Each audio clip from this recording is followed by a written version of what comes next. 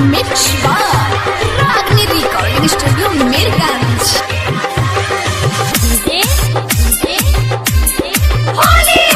अरुण बाबू गोपालगंज केकरा से ले हम सवार पूजावा आई होली के बाद।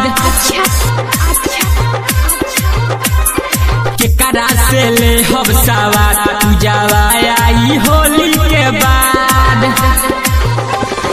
हम तो कहीं गइल बदल फेरू से खुशियाँ बढ़ पता लागल फोन अइला के बाद कियावतिया होली के बाद।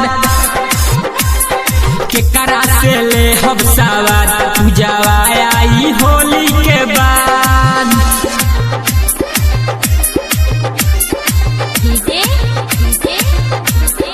अरुण बाबू मिक्स बार रागनी रिकॉर्डिंग स्टूडियो मीरगंज।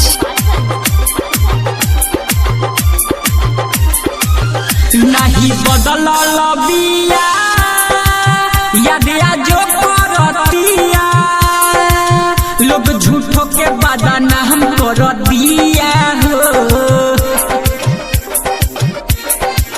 नहीं बदल बिया यादिया जो करतिया लोग झूठों के बदना हम कर दिया हो। अपना भतरू से हो गईला जात कहे आवतानी होली के बाद। ओकरे से ले हम सवार भले आई कादू होली के बाद।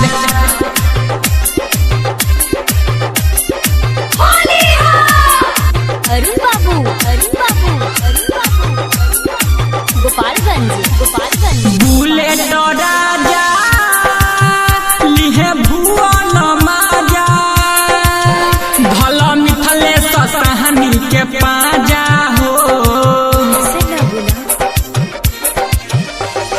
बुलेट राजा लिहे भुवन माजा भल मिथले सहानी के पाजा हो।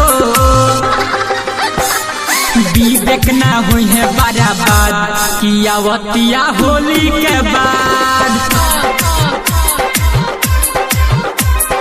केकरा से ले हम सवार पूजावा आई होली के बाद। हम तो कहीं गइल बदल फेरू से खुशियाँ बढ़ पता लागल फोन अइला के बाद कियावतिया होली के बाद। केकरा से ले हम